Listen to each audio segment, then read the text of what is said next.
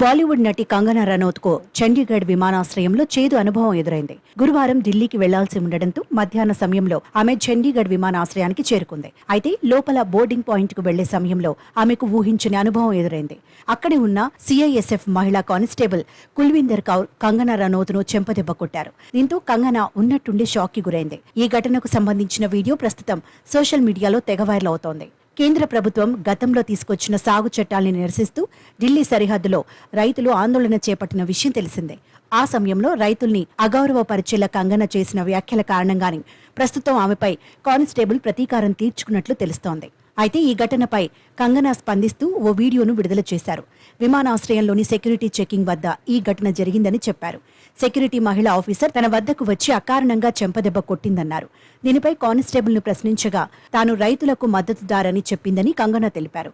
ఢిల్లీ చేరుకున్న Kangana CISF director general ఇతర senior అధికారులను కలిసి ఫిర్యాదు చేశారు. దీంతో ఈ ఘటనపై సమగ్ర దర్యాప్తు చేసేందుకు అధికారులు చర్యలు తీసుకున్నారు.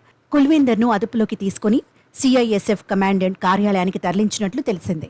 అనంతరం ఈ ఘటనపై కంగనా స్పందించారు. తాను బాగానే ఉన్నట్లు పేర్కొంటూ ఓ వీడియోను విడుదల చేశారు. సెక్యూరిటీ చెకింగ్ వద్ద ఈ ఘటన జరిగినట్లు చెప్పారు.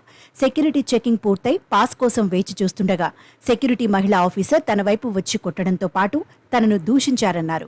ఎందుకిలా చేశావని అడిగితే తాను రైతు నిరసనలకు మద్దతుదారు అని ఆమె చెప్పినట్లు కంగనా తెలిపారు. తాను క్షేమంగానే ఉన్నానని, కాకపోతే పంజాబ్లో ఉగ్రవాదం హింసను ఎలా ఎదుర్కోవాలనే అంశంపైనే ఆందోళనగా ఉందన్నారు. కానీ తాజాగా జరిగిన లోక్సభ ఎన్నికల్లో కంగనా హిమాచల్ ప్రదేశ్లోని మండి నుంచి బీజేపీ తరపున పోటీ చేసి విజయం సాధించిన విషయం తెలిసిందే.